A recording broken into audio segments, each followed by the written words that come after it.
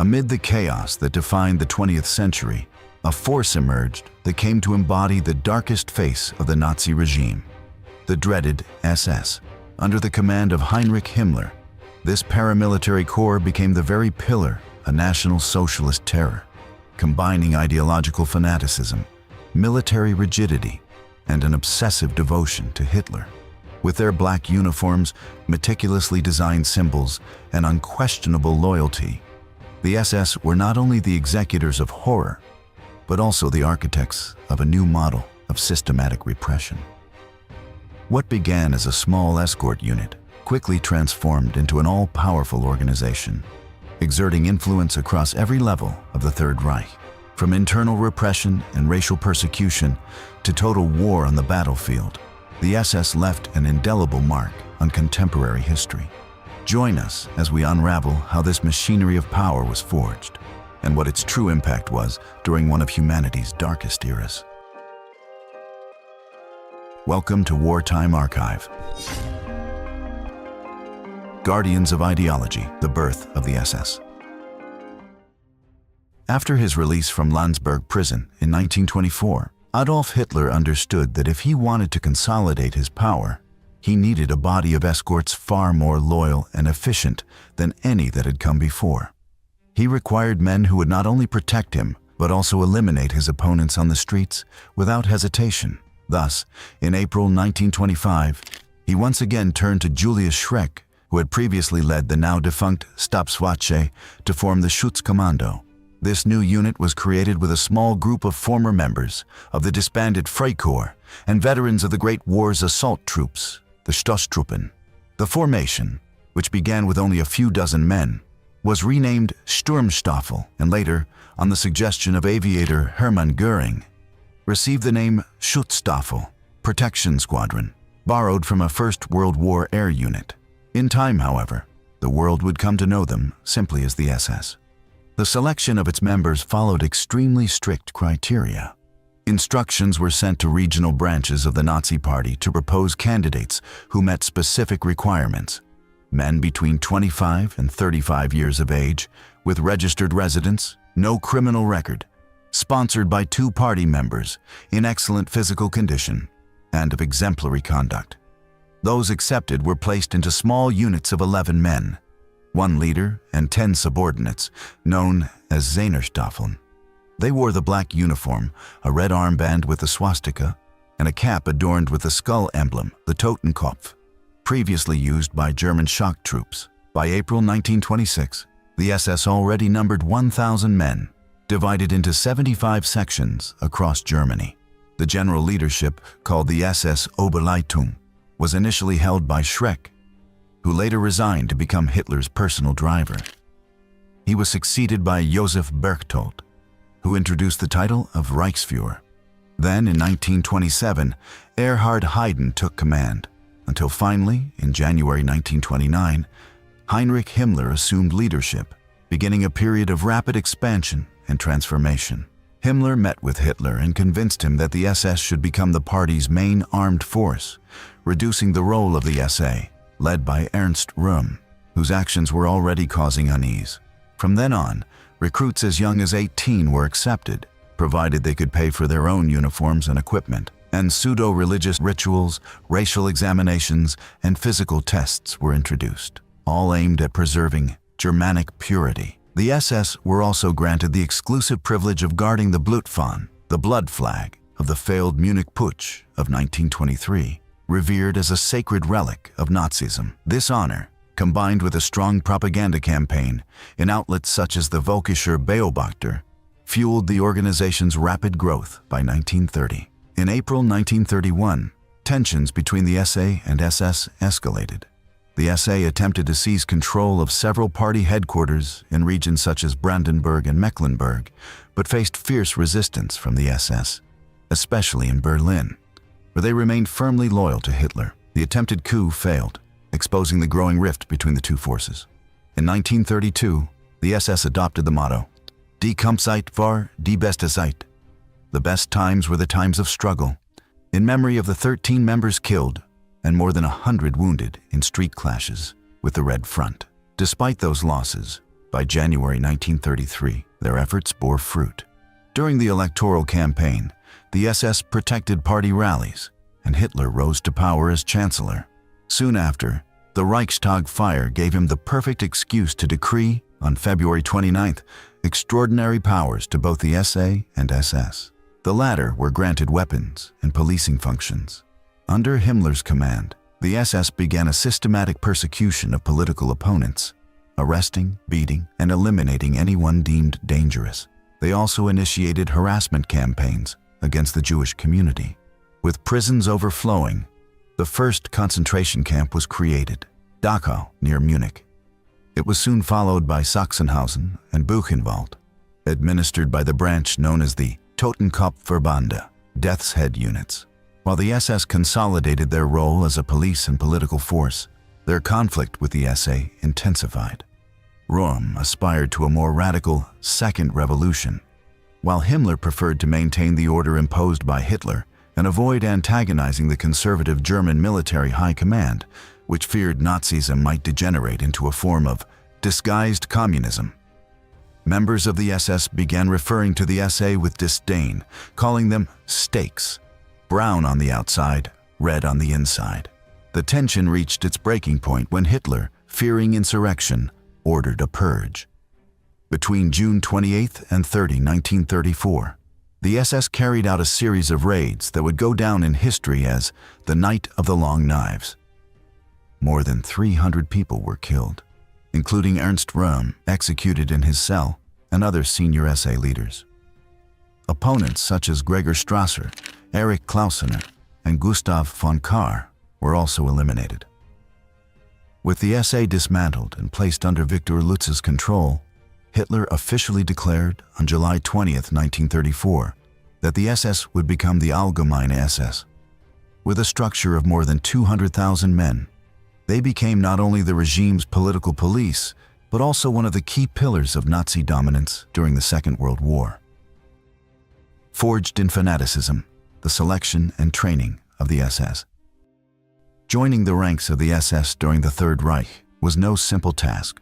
Between 1933 and 1945, the recruitment process demanded rigorous physical and intellectual preparation. The goal was to shape an ideological and military elite. In the beginning, many candidates came from the former Freikorps or were veterans of the Great War. But this profile shifted after Hitler's rise to power. From then on, the SS began recruiting primarily from police officers and members of the Hitler Youth. After the purge of the SA during the so-called Night of the Long Knives in 1934, the focus of recruitment shifted almost entirely to young Germans with no prior experience. The filter was extreme. Only 1 in 10 candidates was accepted. Applicants had to present a clean police record, prove that their parents had a political record consistent with the regime, demonstrate no hereditary illnesses, and provide an Aryan family tree that extended back at least to the mid-18th century. Once this initial review was passed, they were examined by a racial commission composed of experts in eugenics and medicine. The medical process included evaluating the shape of the skull, eye color, a minimum height of 1.75 meters, and excellent physical condition. Finally, they faced a test of discipline. Candidates were asked questions to which their responses had to be calm, firm, yet without arrogance. Once this set of examinations was passed, both racial purity and ideological alignment were analyzed before admission was confirmed. Those accepted were given a black uniform without insignia, as they were not yet official members. They then underwent intense physical and ideological training. In September, if they passed their training, they were granted insignia and a membership card, becoming cadets. 2 months later, on November 9th, coinciding with the anniversary of the failed Munich Putsch, they swore an oath of loyalty to Hitler and acquired full status as SS soldiers, formally joining what was called the Black Order. As soldiers, they performed civilian tasks during the day and attended meetings and assemblies at night or on weekends. They took part in the National Labor Service, which involved public works, and were later transferred to the Wehrmacht for 2 years. In parallel, they received military training in weapons handling and combat tactics. After their service in the army, they returned to civilian life to complete a final stage of indoctrination on laws, codes of conduct, and the values of the organization. Only then were they awarded the final symbol of membership, the SS dagger, along with recognition as a veteran of the Black Order. All members were classified according to racial criteria.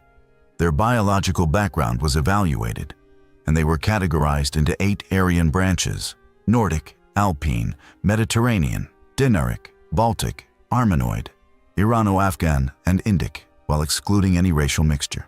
Originally, only the Nordics and Alpines were admitted, considered the elite of the supposed superior Germanic people. However, as the Second World War advanced, other categories such as Baltic, Mediterranean, and Dinaric were gradually included. By the middle of the conflict, the racial component lost importance compared to the urgent need to fight communism. The Black Order effectively transformed into a multiracial army, especially within the Waffen-SS. Thus, Slavs, Arabs, Indians, East Asians, and even Africans were integrated. The only groups completely excluded were Jews, Roma, and Poles, who were never admitted into the SS ranks. Bureaucracy of terror, the administration of the SS.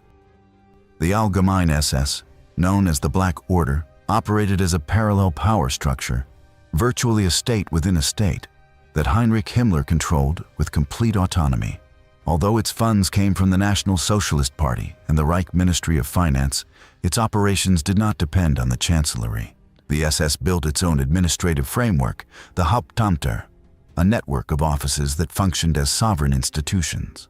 Joining the Allgemeine SS implied a commitment that went far beyond the military sphere.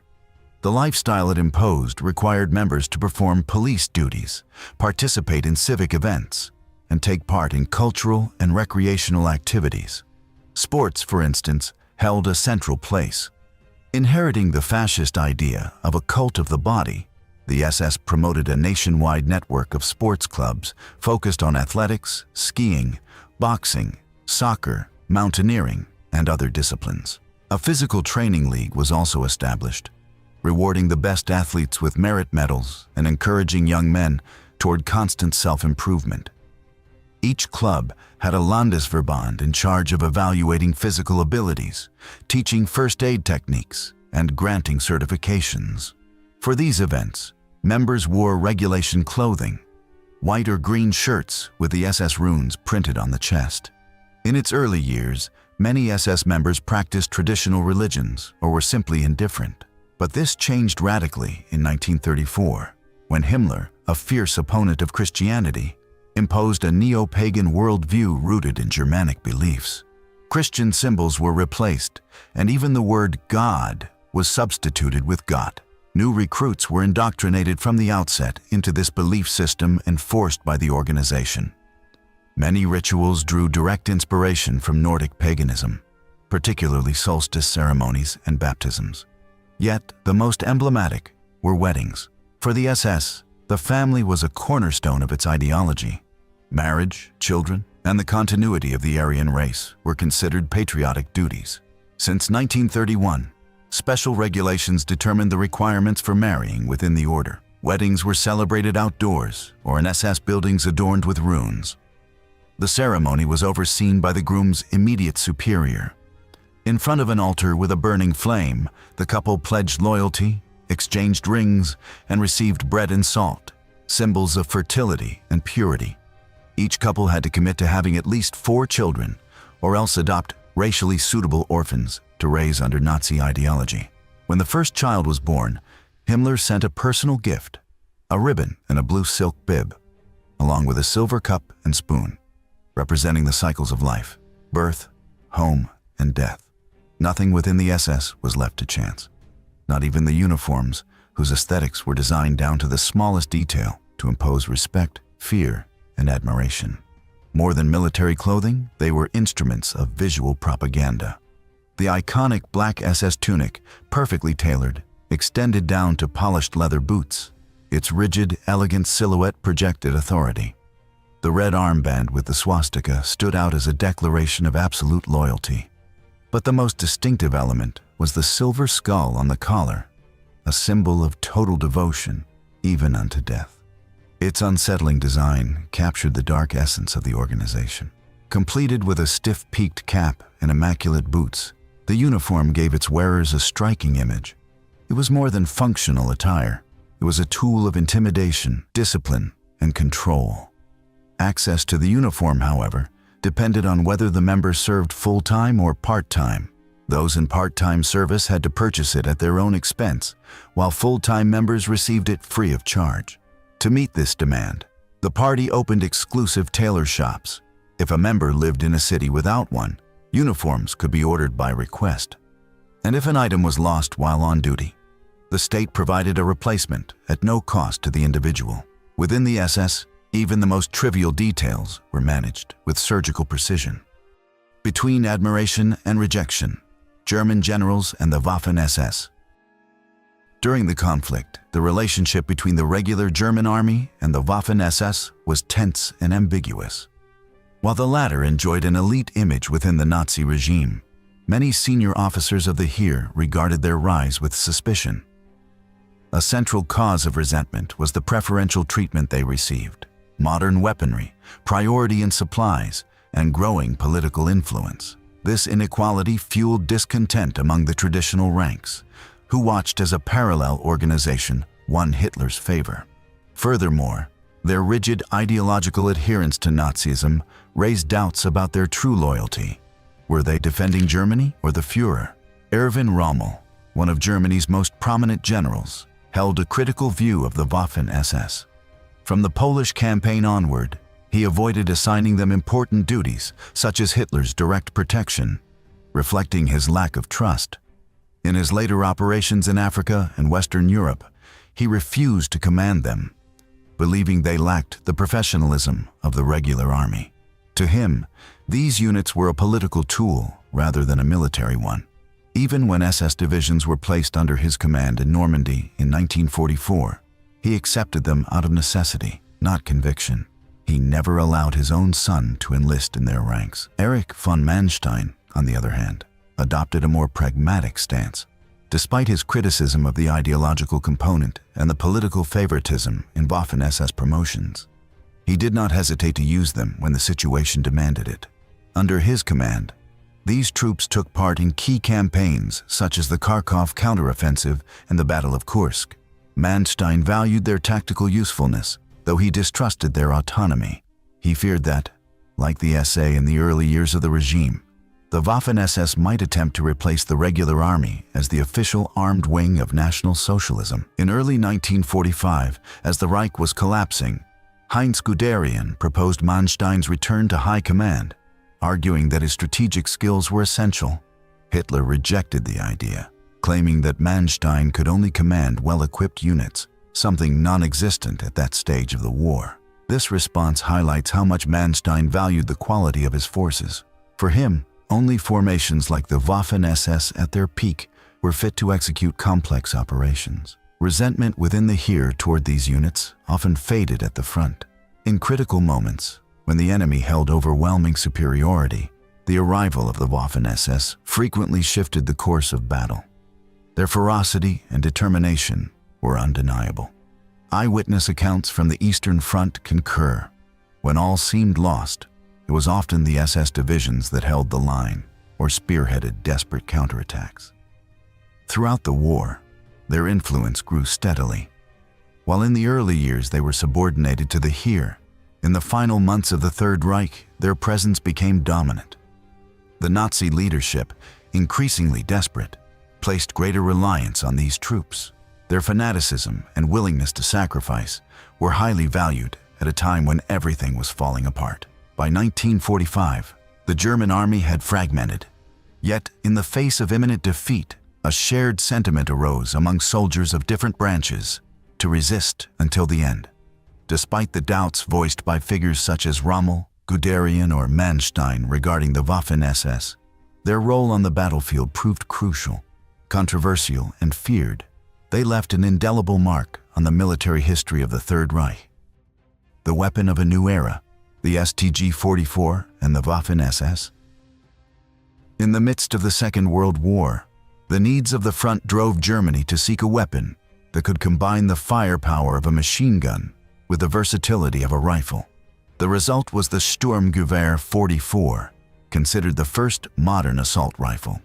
Designed in 1942 by Hugo Schmeisser and his team, this revolutionary firearm used an intermediate cartridge, providing a balanced rate of fire and effective range. Its greatest impact was felt within the ranks of the Waffen-SS, who quickly adopted it and employed it with devastating effectiveness in key battles such as the Ardennes.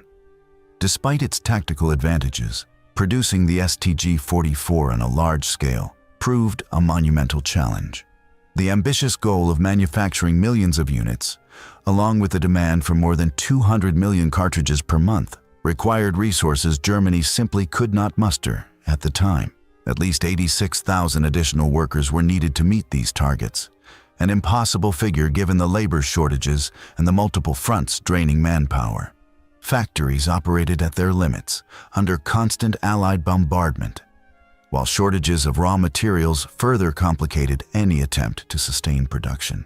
In the early years of the conflict, the German army relied primarily on the Kar-98K, a bolt-action rifle effective at long range but inefficient in the close-quarters combat that defined the Eastern Front. Urban battles and short-range encounters in terrains like those of Russia highlighted the need for a more flexible weapon. Thus emerged the STG-44, a rifle chambered in 7.9 and 2x33 mm, less powerful than the Kar-98K's cartridge, but ideal for faster firing with reduced recoil. Capable of both automatic and semi-automatic fire, it adapted to diverse combat situations, making it a highly valuable resource. The Sturmgewehr was initially reserved for the Waffen-SS, the ideological elite of the Third Reich. Their ferocity and fanaticism demanded a weapon that allowed for swift and lethal operations. With the STG-44, these units gained unprecedented mobility and sustained firepower. While traditional rifles still proved useful in defensive positions, the new assault rifle excelled in rapid offensives, building clearances, and environments where immediate reaction was crucial. It was a weapon designed for the fast-paced war of maneuver. One of its most representative moments came during the Battle of the Ardennes in 1944. In this offensive, which aimed to break Allied lines in the west, the Panzer Grenadiers, mechanized infantry supporting armored units, used the STG-44 as their primary tool in ambushes, woodland skirmishes, and the capture of small towns. These soldiers, trained to operate in extreme conditions, exploited every advantage the new rifle offered, from its lighter weight to its automatic fire in confined spaces. However, the real problem lay not in the design, but in logistics. As the war dragged on, ammunition shortages became an insurmountable obstacle. Despite plans for mass production, the lack of skilled workers and relentless Allied bombing of industrial centers prevented the goals from being met. Estimates were clear. To sustain STG-44 production and ammunition output, tens of thousands of extra workers and dedicated assembly lines were required, many of which never materialized. These difficulties meant that many divisions received only limited quantities of the weapon. Even priority units, such as the 1st Infantry Division, were forced to ration their ammunition, using it sparingly in specific engagements. Reports often told of soldiers equipped with the STG-44, but carrying only a handful of magazines, severely limiting the weapon's true potential in real combat. The development of the STG-44 also marked a turning point in global weapons design. Its conceptual success inspired future firearms such as the Soviet AK-47, which adopted many of its principles but adapted them for mass, cost-effective production. The STG-44 demonstrated that the warfare of the future would not be won solely with long-range precision, but with adaptability, mobility, and sustained firepower.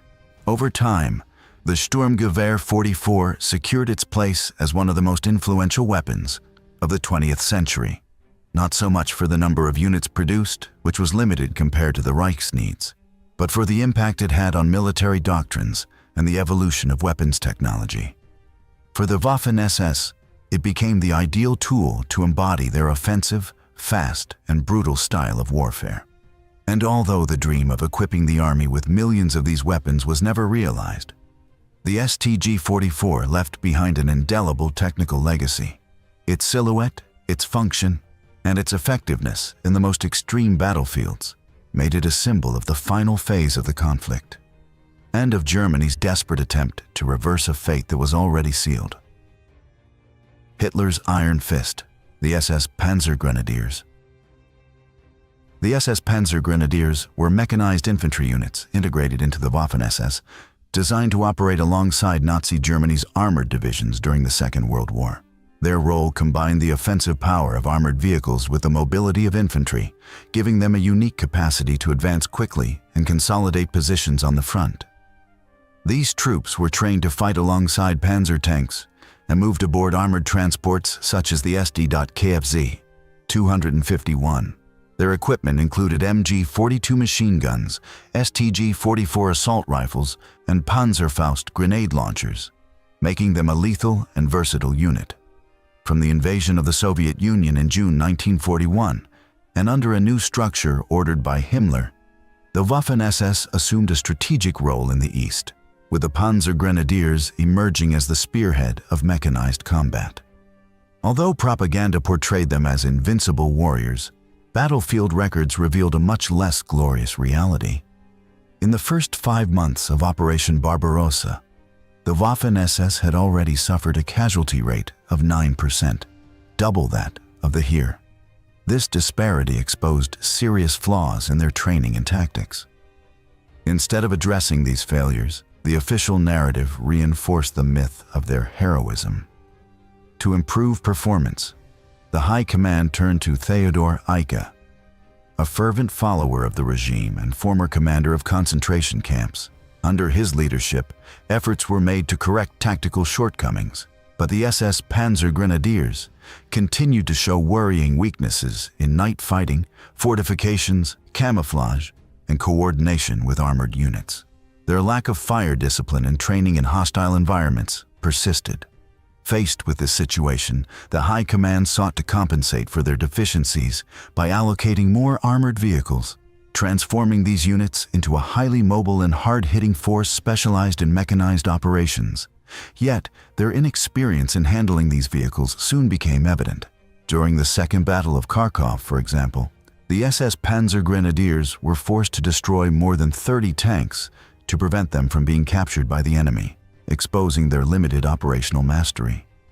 Even though they had access to advanced models such as the Panzer IV, Panther, and Tiger, poor coordination between infantry and armor undermined their effectiveness. Only after repeated failures and with time did these troops gradually achieve more adequate tactical preparation. Meanwhile, propaganda exploited every small victory, constructing a narrative of heroic feats that was sent directly to Hitler. This allowed Himmler to increase his power and secure more resources for the Waffen-SS. After the collapse of Operation Barbarossa, Hitler began to envision a future Wehrmacht based on the SS model, where Panzergrenadiers would play an essential role as armored assault infantry. For Himmler, this endorsement was a confirmation of his growing influence within the Third Reich, granting him control over a military force that, beyond fighting, also served as a political and ideological tool of the regime. The propaganda effort to glorify these troops was meticulous. Ottomar Anton, a renowned graphic artist, designed carefully crafted posters depicting the SS as a brotherhood of elite warriors, appealing to the patriotism of German youth. These posters not only highlighted the supposed honor of serving as Hitler's personal guard, but also became a cornerstone of recruitment. But propaganda did not stop there.